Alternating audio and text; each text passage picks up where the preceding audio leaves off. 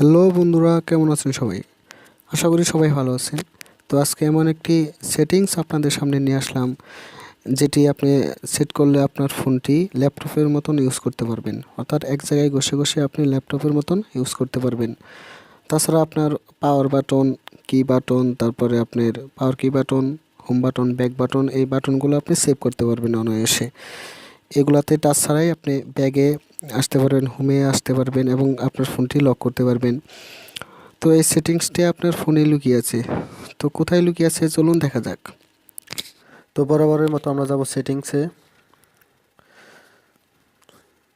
সেটিংসে যাওয়ার পর নিচে চলে যাবেন। নিচে যাওয়ার পর দেখবেন অ্যাক্সেসিবিলিটি, এই যে এই সেটিংসটি। তো এখানে চলে যাবেন। এখানে যাওয়ার পর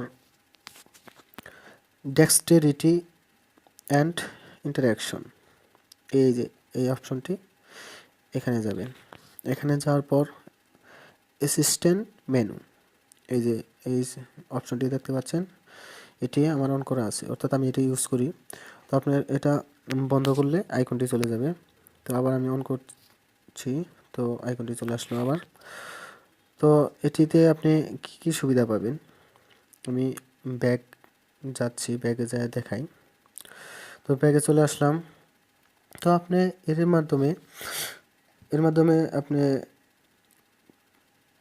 রিসেন্ট অ্যাপস, অর্থাৎ আপনি যে ট্যাপ করেছেন অ্যাপসগুলা, সেটি এখানে এই যে বের করতে পারবেন।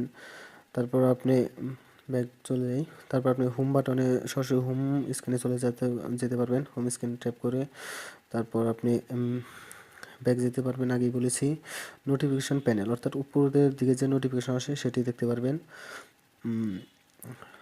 তারপরে আপনি আরও সুবিধা পাচ্ছেন, এই যে এটি দিয়ে আপনি ল্যাপটপের মতন আপনার ফোনটি ইউজ করতে পারবেন।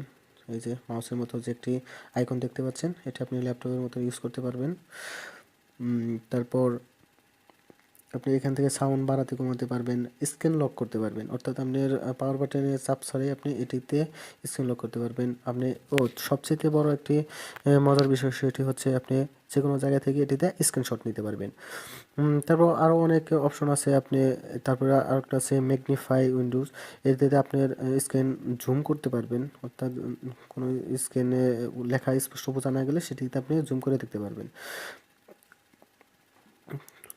তারপরে আরও অনেক সেটিংস আছে, তো আপনারা এটি ভালো করে দেখে নেবেন। তো এই ছিল আজকের টিউটোরিয়াল।